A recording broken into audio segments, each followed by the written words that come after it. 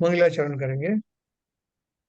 ओम नमः सिद्धेभ्याः जय श्री ओम नमः सिद्धेभ्याः जय श्री ओम नमः सिद्धेभ्याः। मंगलम भगवान वीरो मंगलम गौतमो गणी मंगलम कुंद कुंदाद्यो जैन धर्मोस्तु मंगलम।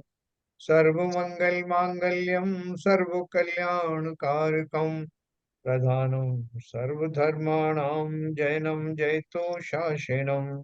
जैनम जयतु शासनम जैनम जयतु शासनम। नमः समय साराय स्वानुभूत्या चकासुते चित स्वभावाय भावाय सर्वभावांतरच्छिदे। अध्यात्म अमृत कलश में जिसका अभी प्रारंभ वास्तव में प्रस्तावना के बाद अभी कल से हुआ है, उसमें जो अमृतचंद जी ने जो मंगलाचरण लिखा है, जो मैंने पढ़ के सुनाया, उसका विश्लेषण चल रहा है कि आत्मा कैसी है और कैसे पकड़ में आती है, कैसे मिलती है। जैसे हम बोले कि भाई शब्द कैसे सुनने को मिलेंगे, तो अपन बोलते हैं कानों से सुनने को मिलेंगे भाई शब्द। और सा वो वस्तुओं का स्वाद कैसे आएगा, तो बोले वो जिव्या इंद्रिय का विषय है। तो ठीक उसी प्रकार से आत्मा कैसे मिलेगी, तो इंद्रियों के द्वारा तो आत्मा पकड़ में आता नहीं। तो कैसे पकड़ में आएगा, तो उन्होंने यही कहा कि वो स्वानुभव के द्वारा ही पकड़ में आता है ना। नमे समय सारे स्वानुभूतिया चकास्ते, स्वानुभूति के होते ही वो जगमग, उसका जो अनुभव है वो प्रकट होता है। तो इसलिए वो जो जगमगता है, अनुभव की जो विशेषता है, जिस अनुभव के लिए बड़े बड़े यति संत तरस रहे होते हैं, वो अनुभव स्वानुभव के द्वारा ही, और कोई उसका टूल नहीं है, उसी से ही वो पहचाना जाता है, अनुभव में आता है। और पता लगते ही वो, जैसे ही अनुभव में आता है, तो उसका लक्षण क्या है कि अनुभव में आते ही अत्यंत आनंद का वेदन होता है। कि मैं अपने घर में जैसे पहुंचता है कोई आदमी बिछड़ा हुआ है, घर के बाहर का दरवाजा देखते ही वो खुशी से नाच उठता है कि अरे इतने दिन से मैं घर ढूंढ रहा था और आज घर मिला है। उसके आनंद की का पार नहीं होता। और जब वो घर के आंगन में प्रविष्ट करता है, शनै शनै जैसे आगे बढ़ता है, उसका आनंद का परिमाण बढ़ता चला जाता है। ठीक उसी प्रकार से कैसा है ये आत्मा, जिसकी तलाश मुनियों को, संतों को, सबको रही, वो किस तरह मिलता है। उन्होंने बोला स्वानुभूतिया चकास्ते, स्वानुभूति से ही वो जगमग करता है। और क्या क्या करता है, और सब पर पदार्थों से भिन्न है। ये अपन ने यही बात पढ़ी थी इसमें, है ना। क्या बोला था, समय, पहले समय की परिभाषा क्या है। मैं अमृतचंद्र नामक आचार्य समय यानी सम प्लस अय, यानी सम अर्थात अपने निज एक स्वभाव को लिए हुए, अयते माने जाता है, परिवर्तित होता है, उसे समय कहते हैं। वैसे तो सभी पदार्थ अपने अपने हिसाब से समय है, जितनी पद आगे की लाइन में आपको ये मिलेगा। वैसे तो क्योंकि अपने अपने हिसाब से सब परिणमित होते हैं और अपने स्वरूप में रहते हैं, इसलिए क्या कहा, सब अर्थात अपने निज एक स्वभाव को लिए हुए ऐसे माने जाता है, यानी परिवर्तित होता है, उसे समय कहते हैं। ऐसे उत्पाद वे द्रव्य स्वरूप पदार्थों में जो अपने लिए सारभूत, अपने गुण पर्यायों से संयुक्त, उत्पाद व्यय हो रूप होकर भी अपने ध्रुव्य स्वभाव को न छोड़ने वाला, ऐसा जो समय सारभूत शुद्ध आत्मा, उसकी ग्रंथ के प्रारंभ में वंदना करता है। आप बोलोगे साहब जो सब, कोई तो अनंत की वंदना करते, कोई सिद्ध की वंदना करते, कोई कुंद कुंदाचार्य की करते हैं, आपने जो है वो आत्मा की वंदना कर डाली। तो उन्होंने क्या कहा कि वास्तव में अल्टीमेटली तो वो भी उसी की वंदना करते हैं, लेकिन क्या है कि ये बहुत पॉपुलर नहीं है। क्योंकि ये जब जो निश्चय में जब पहुंचने वाले होते हैं जीव, उनको ये भेद समझ में आता है। यह शुद्धात्मा कैसे, देखो शुद्धात्मा कैसे प्रकट होती है, यह शुद्धात्मा निज के स्वानुभव से प्रकट परिचय में आता है। वह स्वयं चैतन्य ज्ञायक स्वरूप, उपयोगमय स्वरूप वाला है। अन्य समय पदार्थ शुद्ध होते हुए भी जड़ स्वरूप है। अन्य समय जितने भी पदार्थ हैं बाकी के भी तो समय रूप है, क्योंकि उनका अपना स्वरूप है, उनका अपना जो है परिणमन है, और वो किसी में मिलते नहीं, इसलिए वो भी समय है। यहाँ तक कि जो उद्गल आदि जो हमें आकार रूप से भी दिखाई देते हैं, वो सब भी अपने अपने द्रव्य में के रूप में समय है, इसलिए उनका अन्य समय पदार्थ शुद्ध होते हुए भी जड़ स्वरूप है। चैतन्य तो मैं ही हूँ, ज्ञान दर्शन उपयोग से भिन्न है, इसीलिए शुद्धात्मा स्वरूप समय सार संपूर्ण भावांतरों पदार्थांतरों से सर्वथा रहित है। यद्यपि षट द्रव्यों में उद्गल जड़ और रूपी द्रव्य है ना, छह द्रव्य में, और कौन कौन से द्रव्य हैं? छह द्रव्यों में से एक द्रव्य तो मैं हो गया, लेकिन अब वो बाकी के पांच द्रव्य कैसे हैं? जड़ हैं। और उनमें से रूपी द्रव्य कौन सा है? एक उद्गल है। तो धर्म अधर्म आकाश काल ये चारों भी जड़ हैं किंतु अरूपी हैं। इन पांच द्रव्यों का व्यवच्छेद यानी निराकरण तो हो ही जाता है, क्योंकि ये आत्मा नहीं है। परंतु हमारे किसी का बैकग्राउंड से कुछ आवाज आ रही है।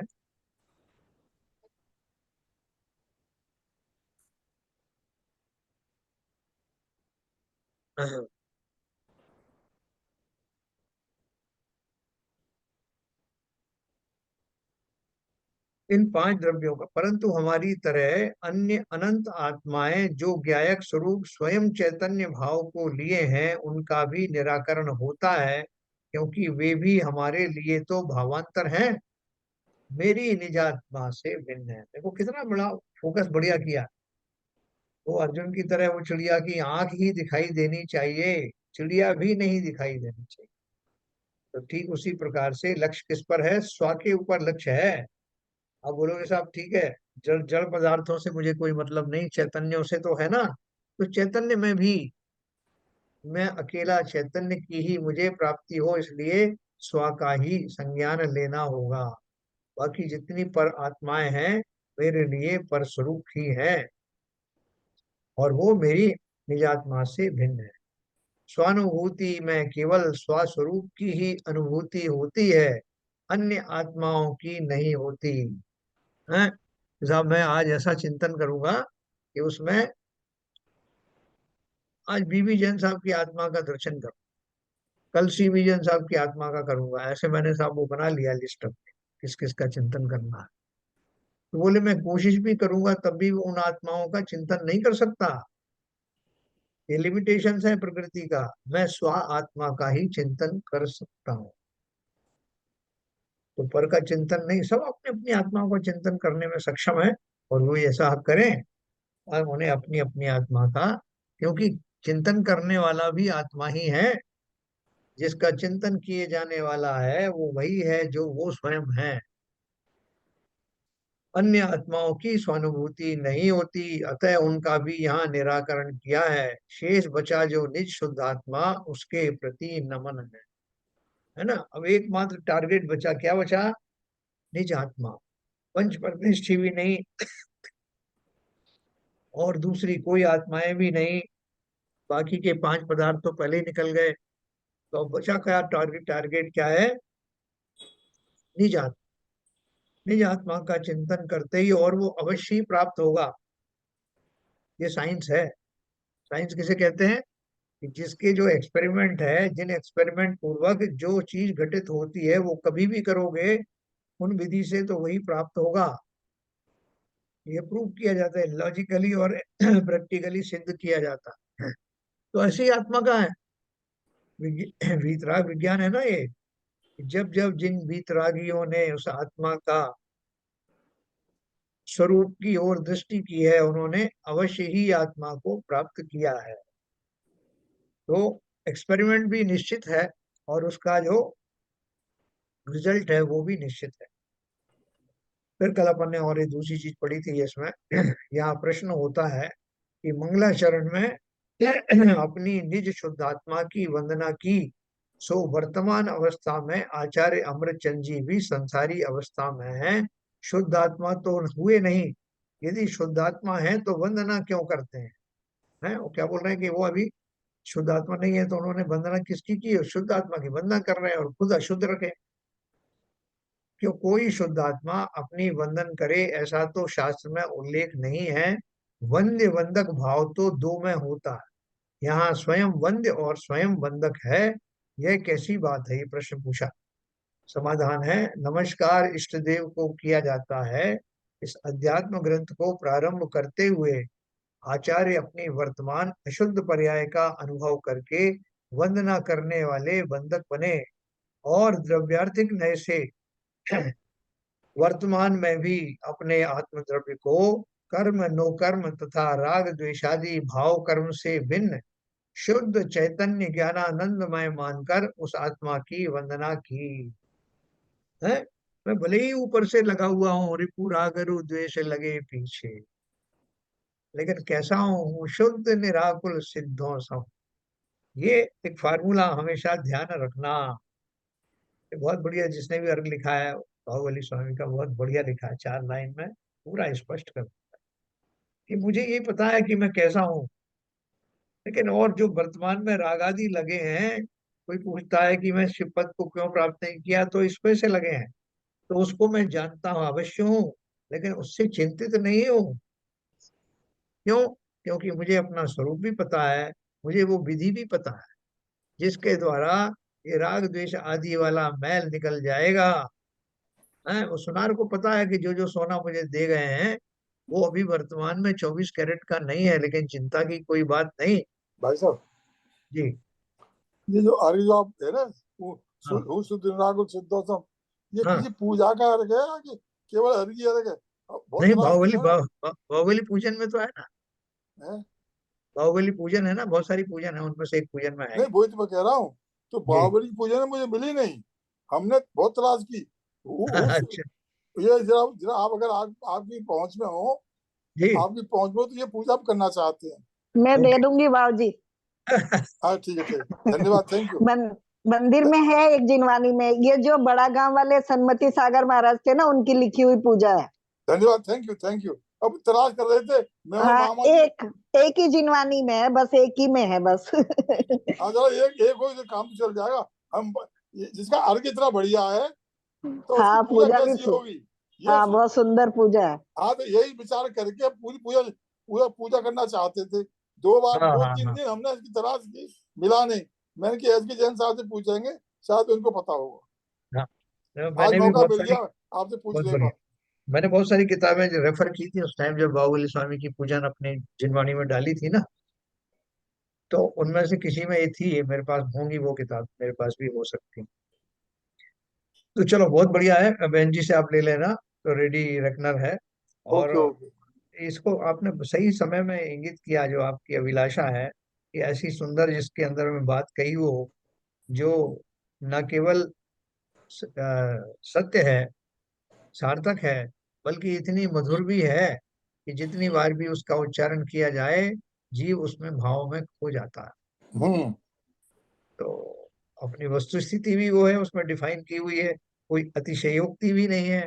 और जो कारण है जिनके कारण जीव संसार में वर्तमान में स्थित है, उसकी स्थिति भी प्रकट है, और उसका बेफिक्रीपना भी है कि मैं क्या हूँ ये जानता हूँ, क्या प्रोसेस है निकलने का ये भी जानता हूँ, और जिनेंद्र देव के सामने पूजन करने की अभिलाषा क्या है, उसके पीछे मंतव्य क्या है। निज के गुण निज में पाने, मुझे अपने गुण भी पता है, मैं तो खाली आपके सानिध्य में रह करके अपने ही गुणों का विकास करना चाहता हूँ।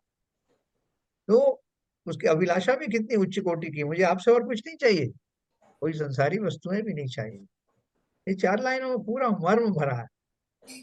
तो यहाँ क्या लिखा है, कोई शुद्ध आत्मा अपनी वंदना करे, ऐसा हाँ सॉरी, नमस्कार इष्ट देव को किया जाता है। इस अध्यात्म ग्रंथ को प्रारंभ करते हुए आचार्य अपनी वर्तमान अशुद्ध पर्याय का अनुभव करके वंदना करने वाले वंदक बने, और द्रव्यार्थिक नय से वर्तमान में भी अपने आत्म द्रव्य को कर्म नो कर्म तथा राग द्वेषादि भाव कर्म से भिन्न शुद्ध चैतन्य ज्ञान आनंदमय मानकर उस आत्मा की वंदना की, अतः उसे वंद्य बनाया।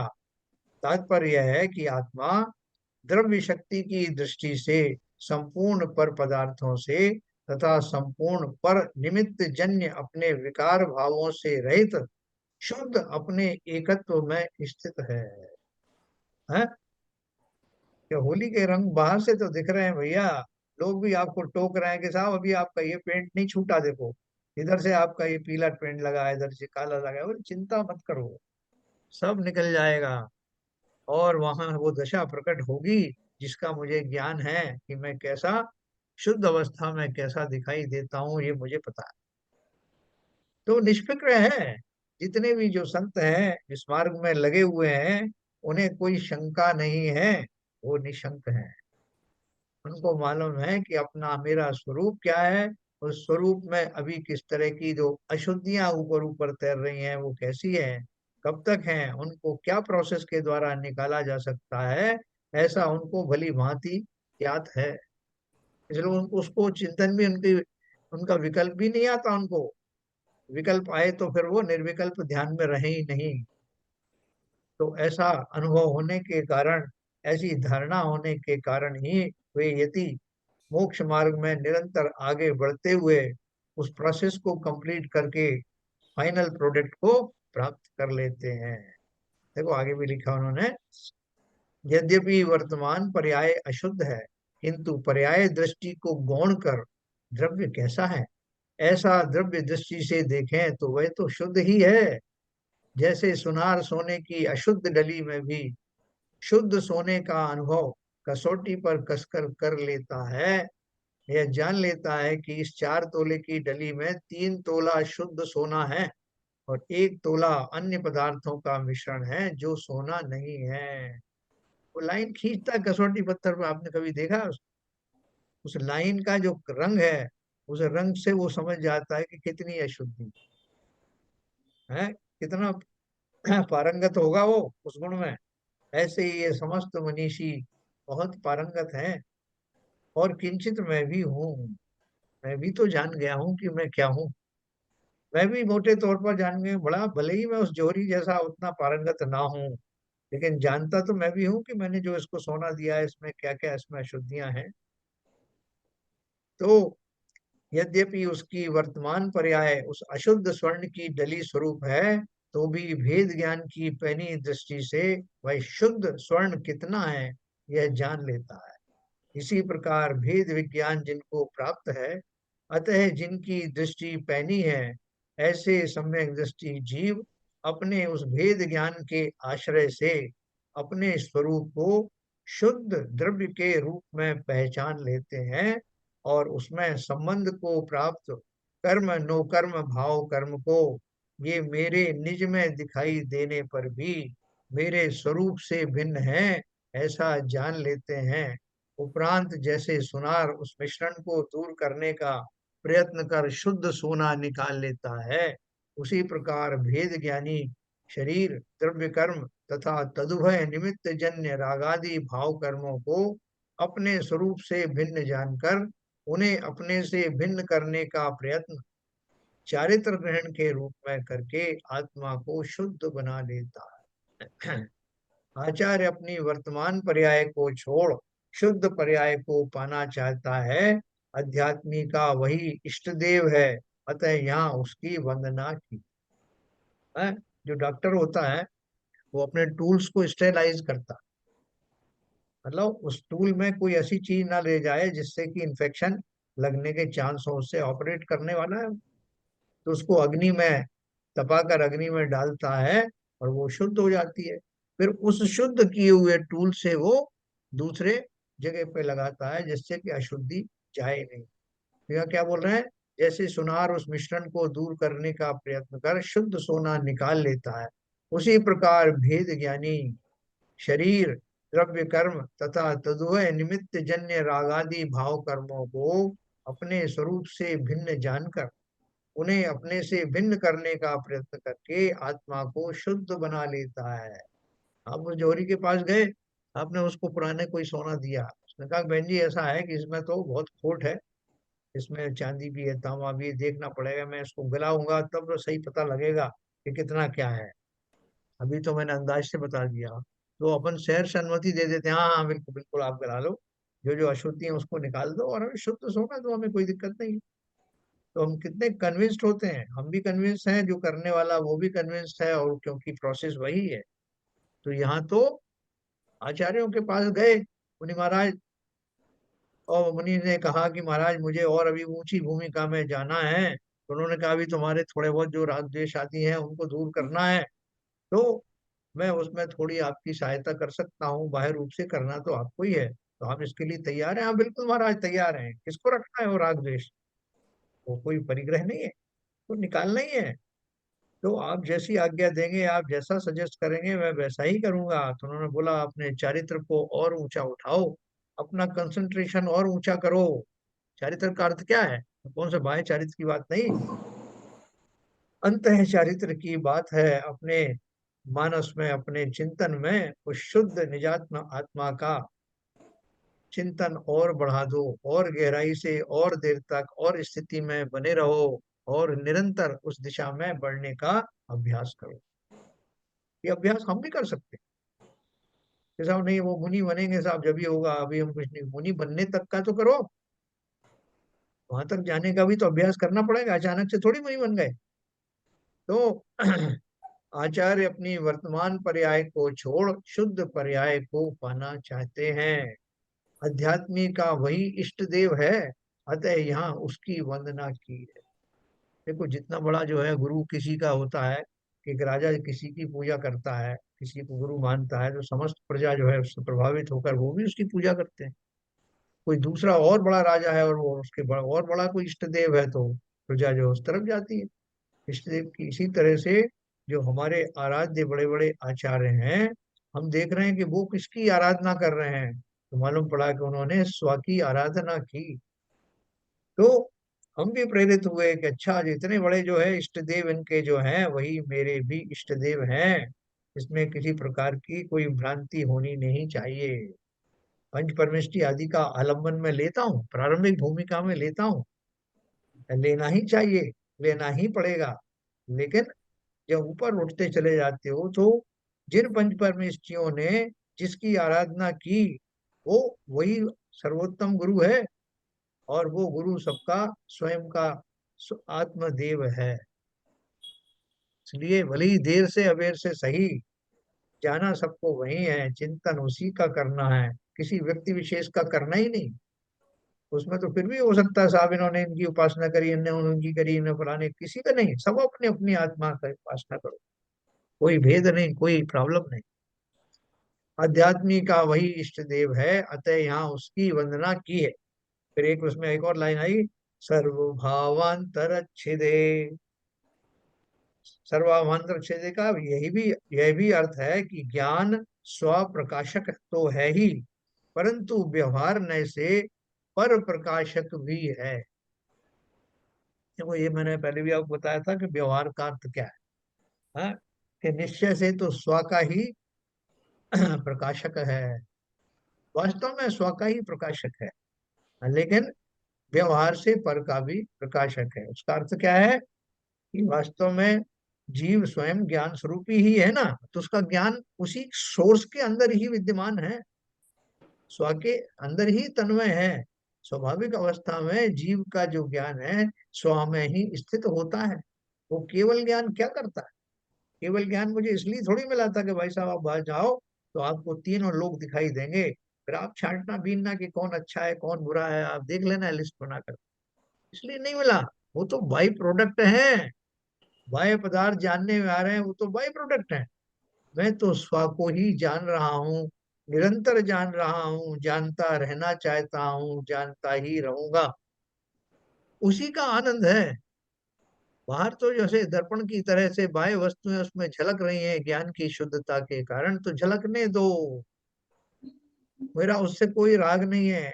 लेकिन वो दिखाई दे रही है इसलिए कहा जाता है कि सिद्ध परमेष्टि शुद्ध समस्त तीन लोक के द्रव्यों को एक साथ युगपत जानते हैं। जानने का अर्थ क्या है? वो झलकते हैं। उसको पड़ी नहीं देखने की, अब मैं कौन सा एंगल लूं, अब एशिया महाद्वीप देख लिया, अब मैं यूरोप की तरफ घुमाता हूँ कैमरा, है? तो उन्हें इस तरह की कोई चीज पड़ी नहीं है, ज्ञान की स्वच्छता के कारण समस्त ये उसमें झलकते हैं, इसलिए उसे व्यवहार से जानना कहा। निश्चय से तो स्व को ही जानना है, इतना अमूल्य है। वहां तक पहुंचने के बाद में फिर कोई व्यवधान नहीं, कि अब आप स्विच बंद कर दो थोड़ी देर के लिए, अपना जानना बहुत हो गया, अब मैं पर को जानता हूँ। निज को तो अब ऑफ होगा नहीं, निज को तो जानते रहोगे, क्योंकि वही हमारा स्वभाव है।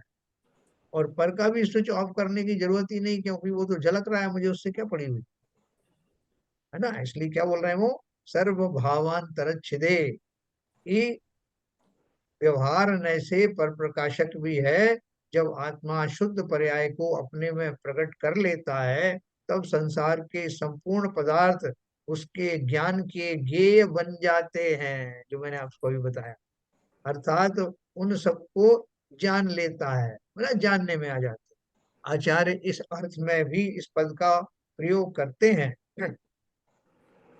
कि मैं अपने में उस केवल ज्ञान को प्रकट करने के लिए भी उस शुद्धात्मा की वंदना करता हूँ। जो मेरा लक्ष्य है, जो मेरा लक्ष्य है, उस तक पहुंचने के लिए उसी की तो कल्पना करूंगा, उसी की वंदना करूंगा और वहां पहुंच जाऊंगा। भगवान सिद्ध परमात्मा जो सिद्धालय में विराजमान है, वे भी कभी संसारी थे और अपने समस्त विकारों का नाश कर अनंत गुणों के धाम बने। वे भी समस्त भावांतरों से भिन्न, किंतु संपूर्ण भावांतरों के ज्ञाता हैं। अतः वे समय सार रूप बने हैं। समय सार की वंदना से उनकी भी वंदना स्वयं हो जाती है। अपनी स्वानुभूति के आधार से सम्यक दृष्टि जीव उनके भी स्वरूप का समान अनुभव करता है और उन जैसा केवल ज्ञानी बनना चाहता है, अतः उनकी वंदना करता है ना। किनकी वंदना करता है?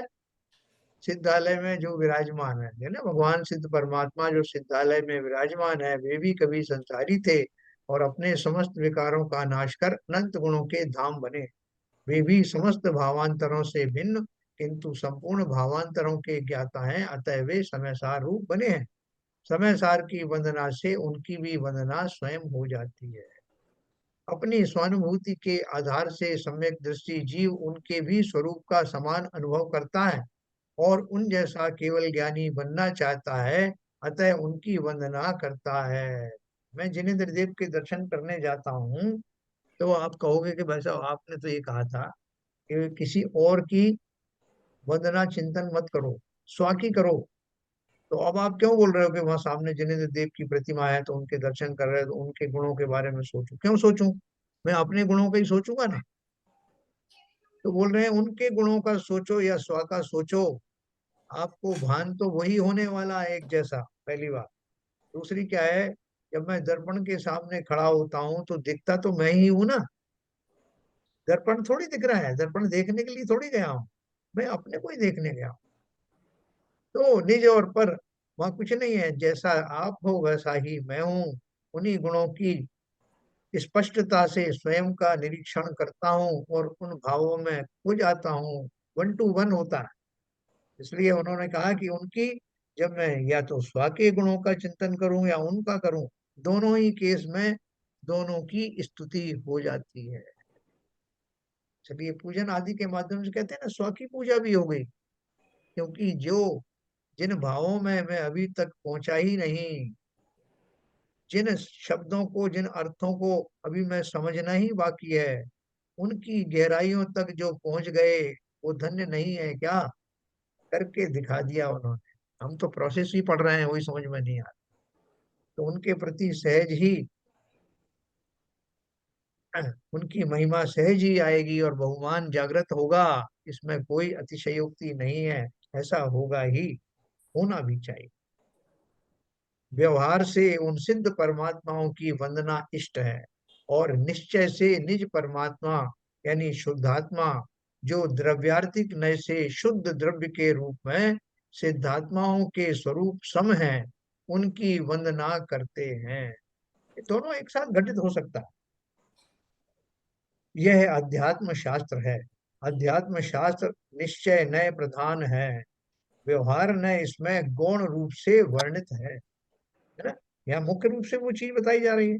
अब व्यवहार न्याय के शास्त्र पढ़ोगे तो उसमें निश्चय न्याय का विषय गौण हो जाता कि भाई साहब हमको तो जो है, और उपदेश भी जो है व्यवहार से दिया जाता है कि आप ऐसा करो, आप वैसा करो, आप 3 दिन का उपवास करो, आप पानी भी मत लो, आप ये भी मत करो, और जो है अपना शरीर को ऐसा कर लो, वो ध्यान में मुद्रा में बैठ जाओ। ये सब जो है वो करने वाला कौन है, जिसको आदेश दिया जा रहा है?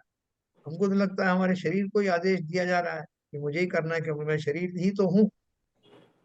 नहीं, वहाँ व्यवहार से, ये मान करके व्यवहार से उपदेश दिया जा रहा है कि ये माना जा रहा है कि आप समझ रहे हो असली बात क्या है। ऐसा हम तो नहीं समझे। आपने जैसे जैसे कहा हमने शरीर कर दिया, और आजकल तो बहुत सारे ध्यान सिखा रहे हैं लोग, सब अपने नए तरह तरह के ध्यान सुना रहे हैं, और शरीर को स्वस्थ रखेंगे तो सब सही रहेगा। आप बोल रहे हो कि ये तो सब व्यवहार की बातें हैं। तो व्यवहार ही है, उसके पीछे अंतर में क्या है, उसके पीछे कारण क्या है, गौण रूप से हम उसको रखते हैं जब हम व्यवहार की बात करते हैं। ये सब किस लिए करना, ये खटपट किस लिए? अपने को स्थिरता बनाने के लिए। निमित्त नैमित्तिक संबंध है ना शरीर आदि के साथ, तो इसलिए ये सब कह दिया जाता है कि भाई अपना शरीर को स्वस्थ भी रखो, अपना ऐसा बैठो, ऐसी मुद्रा में बैठो, ऐसी सांस निश्वास लो। वो सब हमारे करने योग्य काम नहीं है, ये हमारा कोई उद्देश्य नहीं है, लक्ष्य नहीं है। वो तो हमारे एक साधन है, करना तो कुछ और ही है। जो करना है उसकी बात निश्चय नय में प्रधानता से आती है। और जो अभी जो है बताया जा रहा है, जिसका उपदेश दिया जा रहा है, मुख्य करके बताया जा रहा है, उसके पीछे मंतव्य वही है जिसे गौण किया जा रहा है। तो ये अध्यात्म शास्त्र है। अध्यात्म शास्त्र निश्चय नय प्रधान है, व्यवहार नय इसमें गौण रूप से वर्णित है। इसीलिए इसका निज शुद्धात्मा की वंदना का अर्थ ग्रंथ के अनुरूप है, तथापि गौण रूप से इष्ट देव सिद्ध परमात्मा के प्रति भी वंदना का भाव निहित है। यहाँ व्यवहार ने कौन सा कहा? वास्तव में व्यवहार ने कौन सा है? शरीर आदि का तो मैंने आपको उपचार से कहा। वास्तव में व्यवहार ने क्या है? जब मैं पंच परमेष्टि आदि का आलम्बन लेता हूँ, जब मैं दूसरे धार्मिक अनुष्ठान आदि की बात करता हूँ, तो वो सब व्यवहार में आ जाते हैं, है ना। इसका निशुद्धात्मा की वंदना का अर्थ ग्रंथ के अनुरूप है। ग्रंथ क्या है? अध्यात्म अमृत कलश। तथापि गौण रूप से इष्ट देव सिद्ध परमात्मा के प्रति भी वंदना का भाव निहित है, और ये सब व्यवहार है। अपन रोज व्यवहार करने जाते हैं ना, मंदिर में जाते हैं तो क्या करते हैं? घंटों घंटों पूजन करते हैं, अपने कोई ग्रंथ भी पढ़ लेते हैं। साहब वो रत्नकरण शापकाचार निकालना, अच्छा वो देखो साहब, वो दूसरी किताब है वो देना जरा, क्षणिक चरित्र देना जरा। तो ये सब जो मैं पढ़ रहा हूँ, वो सब व्यवहार रूप से उन परमेष्ठियों की या उन महापुरुषों की गाथा के माध्यम से मैं स्वयं को तैयार करता हूँ कि मुझे इन जैसा बनना। वो सब व्यवहार है। जिसे आत्मा की पवित्रता इष्ट है, जो शुद्धता पाकर प्राप्त कर सिद्ध हो गए हैं, जिनमें संपूर्ण स्वरूप की सिद्धियां हैं, असिद्धता नहीं है, उसे उन आत्माओं के प्रति स्वयमेव आकर्षण होगा। अतः उनकी वंदना भी शुभ राग है। एकलव्य ने द्रोणाचार्य की प्रतिमा क्यों बनाई, जबकि द्रोणाचार्य ने मना कर दिया साफ साफ, मैं तुझे नहीं सिखाऊंगा धनुर्विद्या। उसको द्रोणाचार्य ही क्यों दिखाई दिए, क्यों सूझे? क्योंकि उसको मालूम था कि उस समय के वो उसमें निष्णात हैं, बहुत ही प्रसिद्ध हैं, और सब कुशल हैं, हर तरह से संपूर्ण है, और मुझे इन जैसा बनना है। तो दो बात हो गई। फिर तीसरी बात ये कि इन जैसा बनने का जो भाव है वो तो शुभ राग है, और चूंकि वो इसके ज्ञाता है इसलिए उनकी पूजन भी करता था, उनकी परिक्रमा भी लगाता था, धूप बत्ती भी लगाता था। ये तो शुभ राग था कि उनके प्रति जो समर्पण का भाव था। लेकिन उतने मात्र से रुकता नहीं था, उसे धनुर्विद्या की प्रैक्टिस भी करनी। तो ठीक इसी प्रकार से मैं ये मानता हूं कि जो सब प्रकार से निष्णात हो गए, सफल हो गए, संपूर्ण हो गए, वो ये मेरे जिनेन्द्र देव की प्रतिमा के रूप में मैं उन्हें देख रहा हूँ, और बनना मुझे भी ऐसा ही है, ये मेरा लक्ष्य है। और इन्होंने प्राप्त किया, इसलिए इनका बहुमान मुझे आए बिना रहता नहीं। इसलिए उनकी आरती करता हूँ, पूजन करता हूँ, परिक्रमा करता हूँ, जय जयकार करता हूँ, क्योंकि उन्होंने वो प्राप्त कर लिया है जो मुझे करना शेष है। और जो मेरा लक्ष्य है, इसलिए मेरे पूज्य हैं, वंदनीय है। लेकिन खाली इतने मात्र से, परिक्रमा लगा देने से, पूजन करने से तो मैं भगवान बनने वाला हूं नहीं। इसलिए उन्होंने भगवान बनने की जो विधि बताई है, उसका अवलंबन करना वास्तव में वह भी उनकी वंदना ही है।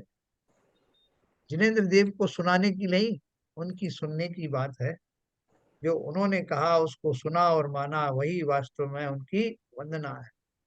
बाकी तो सब झूठा आडंबर है। तो इसलिए उन्होंने क्या बोला जो उन आत्माओं के प्रति स्वयमेव आकर्षण होगा, अतः उनकी वंदना भी शुभ राग है, आए बिना नहीं रहेगा। अरे हम कहाँ रुके हुए हैं? अभी हमें जो प्राप्त करना है वो प्राप्त कर चुके। कब से कृतकृत्य हो गए, हाथ पे हाथ धरे बैठे हैं, और मुझे तो अभी बहुत कुछ करना बाकी है। इसलिए धन्य है वो जो धन्यता का जो राग मेरे पास आता है, मेरे सामने आता है, बहुमान आता है, वही उनके समक्ष हाथ जोड़ने पर मजबूर कर देता है। सो यद्यपि शुभ राग शुभ बंध का हेतु है, मैं ये भी जानता हूँ, ये जो मेरे को राग आया, उनके प्रति अनुराग आया, ये शुभ बंध का कारण है। तथापि वह अशुभ रागादि से निवृत्त कर निज के पुरुषार्थ को जगाने में कारण होता है। अतः कथनचित उपादेय है। क्या बोल रहे हैं? देखो, हमें कोई व्यक्ति कोई बहुत बढ़िया गृहस्थ नहीं हो, और वो उसको बहुत सब तत्वों का ज्ञान भी है, सब कुछ है, तो उसको ये सब मालूम है कि कौन कैसे कर्मों के उदय से क्या चीज होती है, कर्मों के निपटने से क्या अच्छा होता है। किसी व्यक्ति ने उसको उपकार कर दिया, वो गिर रहा था तो उसका हाथ पकड़ करके उसको रोक लिया, उसका जो समय पर उपचार कर दिया, तो वो उसको धन्यवाद नहीं कहेगा क्या? नहीं साहब, मैं क्या धन्यवाद कहूँ? मैं तत्व का ज्ञानी, मैं सब निश्चय का जानने वाला, कौन किसका क्या करता है ये सब समझने वाला, किसने कर दिया तो क्या बड़ी बात है? बिल्कुल नहीं। व्यवहार के जो भी कुछ होगा, वो व्यवहार रूप से उसको अवश्य ही उसके लिए कार मानेगा। तो ठीक इसी प्रकार से मैं भले ही निशुद्ध आत्मा हूँ, लेकिन जिनेन्द्र देव के माध्यम से उनकी द्वारा अचीव किया गया गोल देख करके मैं न केवल हर्षित होता हूँ, बल्कि मेरा संकल्प हर बार और दृढ़ होता है कि मुझे इन जैसा ही बनना है। इन्हीं की वाणी सुन करके तो यहाँ तक आया हूँ। तो इसलिए दोनों चीज घटित होती हैं, शुभ राग भी आता है। लेकिन वो क्या बोल रहे हैं कि ये शुभ राग भले ही राग बंध का कारण है, पुण्यादि के बंध का कारण है, लेकिन पहली बात तो आए बिना रहता नहीं। दूसरा, ऐसा प्रशस्त राग मोक्ष मार्ग में उपयोगी भी किंचित होता है, लिखा है उन्होंने।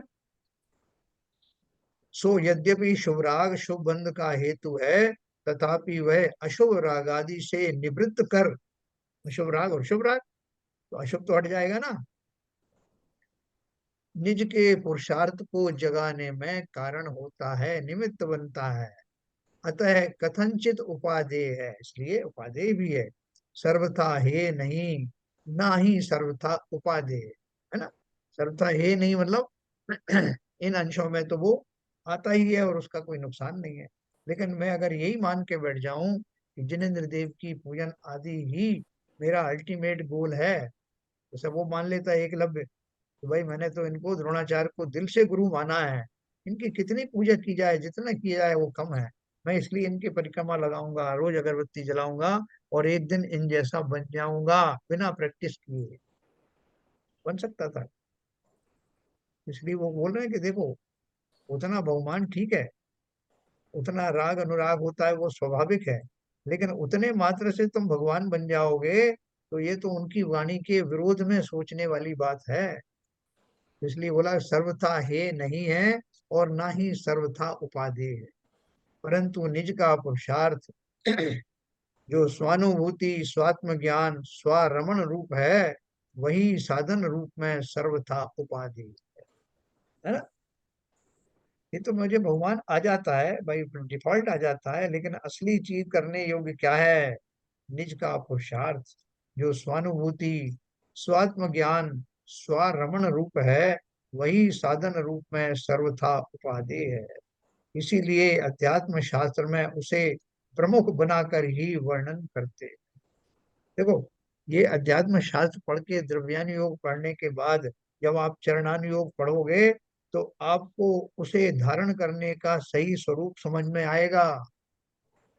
अभी पूरा आप आचरण पालोगे ना, बिना द्रव्यानुयोग को जाने, अपने स्वरूप को जाने, मेरी प्राप्ति क्या करना है, तो बीच में उलझ जाओ। ज्यादातर हम सब इसी में उलझे हुए हैं। जैसा वो फलाने फलाने ने कहा था कि ऐसा है कि ऐसे उंगली खड़ी करके जाप दो, ऐसे खड़े करके चावल डालो, ऐसे पुष्प पटको, हम उनमें ही उलझे हुए हैं। अगर कर सकते हो आप, विधिवत करने का एक कुछ उन्होंने बताया, और उसमें इसलिए भी बताया कि जो अभी बिल्कुल नीचे की श्रेणी में है, वो उनको आलम्बन में ज्यादा समय चाहिए, तो उनको समय दे दिया कि तुम ये करो। लेकिन वास्तव में हमें क्या करना है? इन्हीं क्रियाओं में उलझे रहना है या उनका स्वरूप समझना है? ये सब किस लिए करता हूँ? मैं क्या पुण्य प्राप्ति के लिए बैठा हूँ क्या?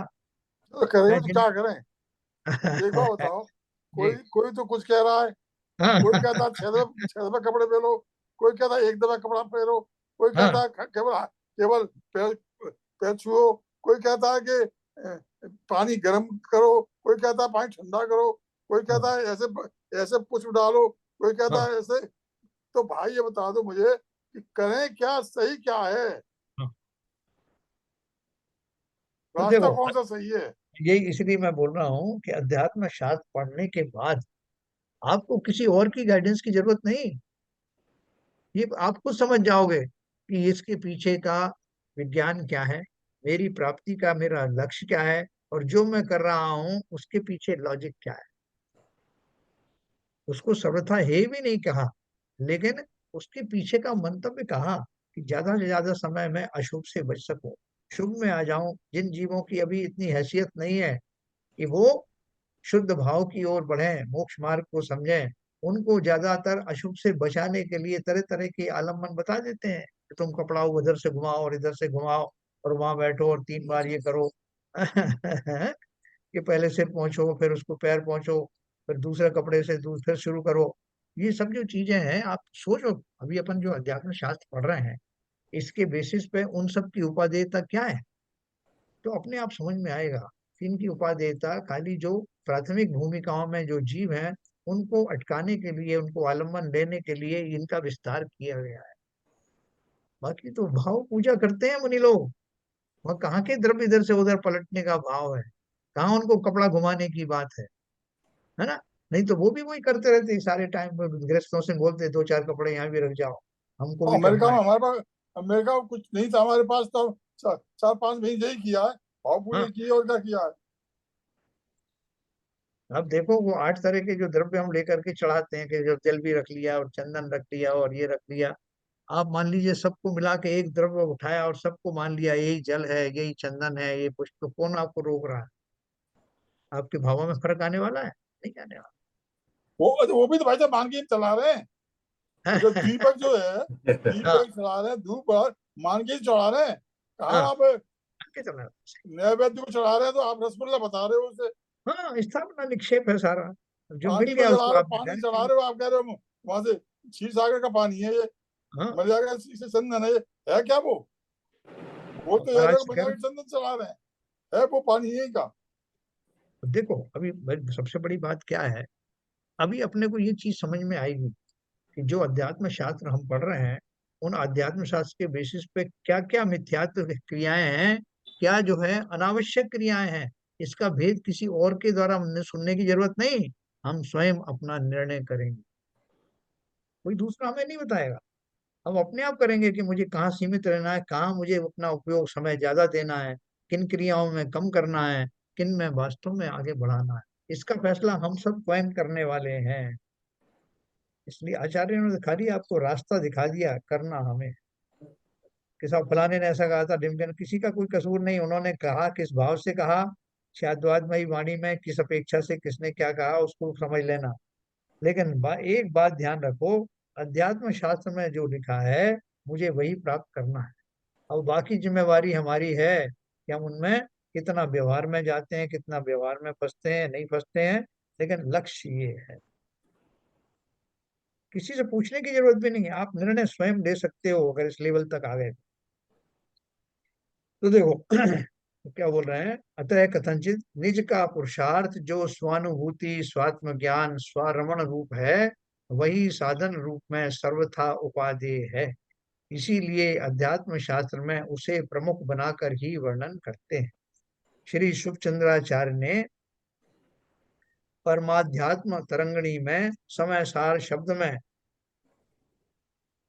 रत्नत्रय तथा पंच परमेष्टि का अर्थ भी घटित कर सबकी वंदना की है ना।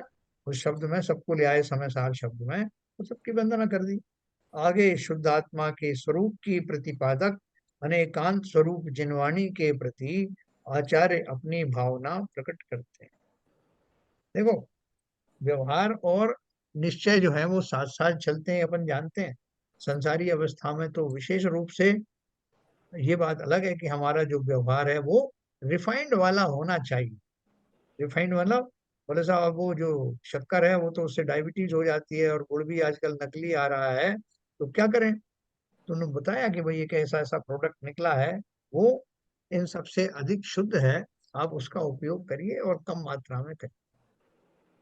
तो जो निरंतर अध्यात्म शास्त्र पढ़ रहे हैं, वो स्वयं अपने इतना उनका विवेक प्रकट हो जाता है कि वो ये जान लेते हैं कि मुझे इसमें से क्या आवश्यक, जैसे षट आवश्यक आदि हैं वो भी सब व्यवहार है ना, उनमें से कितना व्यवहार लेना, कौन सा वाला लेना, परिष्कृत व्यवहार लेना या जनसाधारण वाला व्यवहार लेना। और जब मैं परिष्कृत व्यवहार की बात करूंगा तो पंच परमेष्टि का श्रद्धान उसमें अवश्य रहेगा, लेकिन कैसा रहेगा, ब्लाइंड नहीं। जैसे आप तो महादेव को मानते हो तो मैं आदिनाथ को मानता हूँ, तो उनके ऊपर पानी चढ़ाते हो तो मैं इस पे करता हूँ। तुम्हारा वो रुद्राभिषेक है, मेरा शांताभिषेक है, ऐसा नहीं। वो किस मान्यता से करते हैं और मेरी मान्यता क्या है, मेरे भाव क्या है, मैं उसको क्या मानता हूँ, तब है उसका। नहीं तो वैसा उन्होंने कर दिया, उन्होंने भी मान लिया कि महादेव ने मेरा भला किया, हमने भी मान लिया कि हमारे महावीर स्वामी ने कर दिया। जब तक मैं तत्वों की सानिध्य में सही जानकारी के साथ स्तुति आदि नहीं करूंगा, तो तब तक मैं भी अंधविश्वासी और मिथ्यात्व का पोषक ही हूँ। क्या फर्क पड़ा, समय सार जैसा ग्रंथ पढ़ लिया, इतने सारे ग्रंथ और अच्छे अच्छे पढ़ लिए, लेकिन क्या अचीव क्या किया। वहीं फंसा हूं मैं, उन्हीं व्यवहारिक क्रियाओं में बहुत गहरे फंसा हुआ हूँ। उनमें से जितना आवश्यक है मिनिमम वो ले लेना, क्या लेना अपने विवेक से समझना।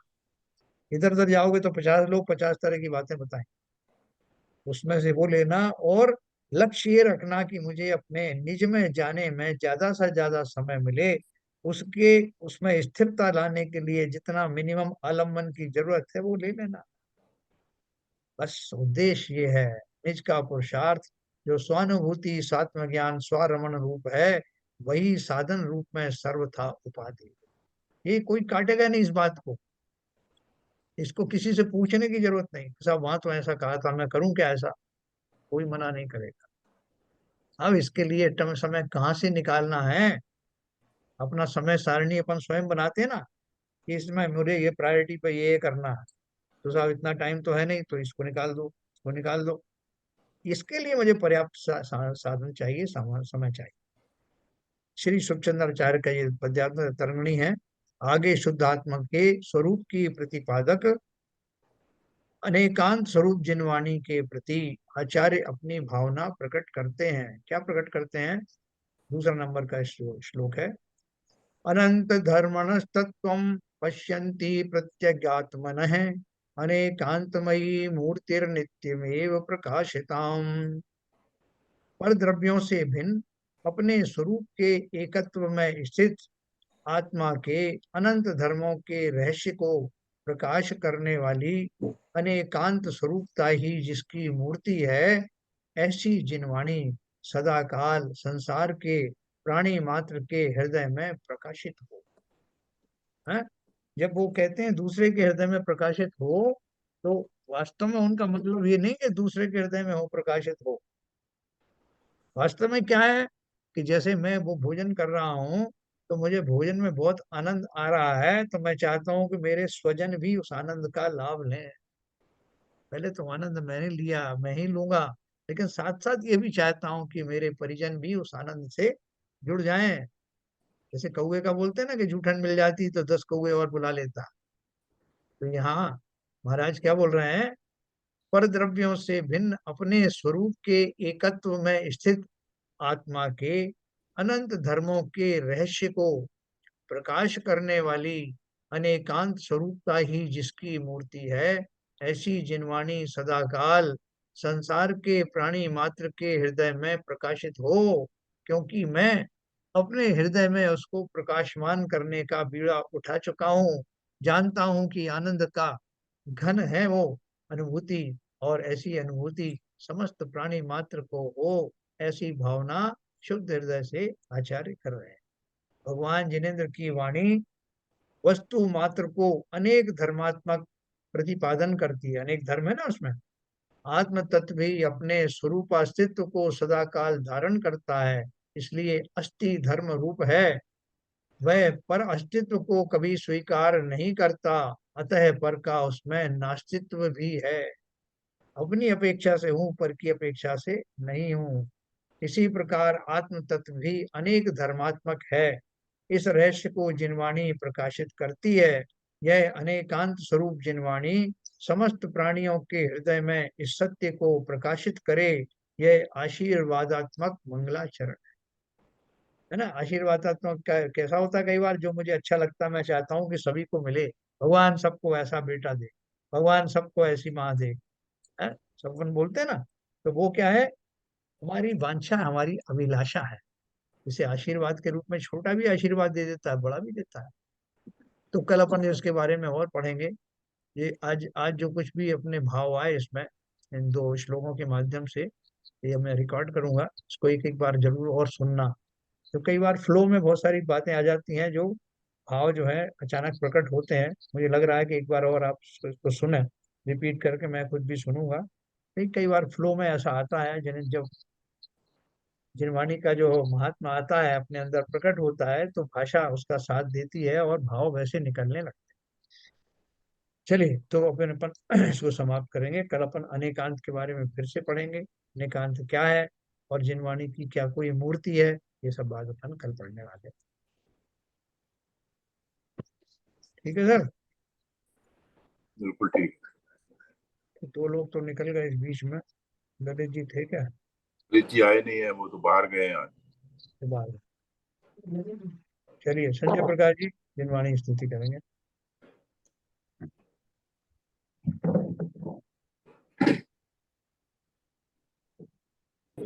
मिथ्यात्व में नाश देखो, ज्ञान के प्रकाश देखो, आपा परे भास देखो, भानु सी बखानी है। क्षण द्रव्य जान वेको, बंदे विधि आन वेको, स्वपर पहचान वेको, परम प्रमाणी है। अनुभव काय वेको, जीव के जताए वेको, कहु न सताए वेको, कवे और यानी है। जहाँ तहाँ कार वेको, वेको सुख विस्तार वेको, यही जिनवाणी है। हे जिनवाणी भारती, तो ही जपो दिन रैन, जो तेरी शरणा गए। पावे सुख चैन, जावाणी के ज्ञान से सूझे लोकालो, सोवाणी वस्तु सदा देते दो, सदा देते दो। जिनवाणी माता की जय।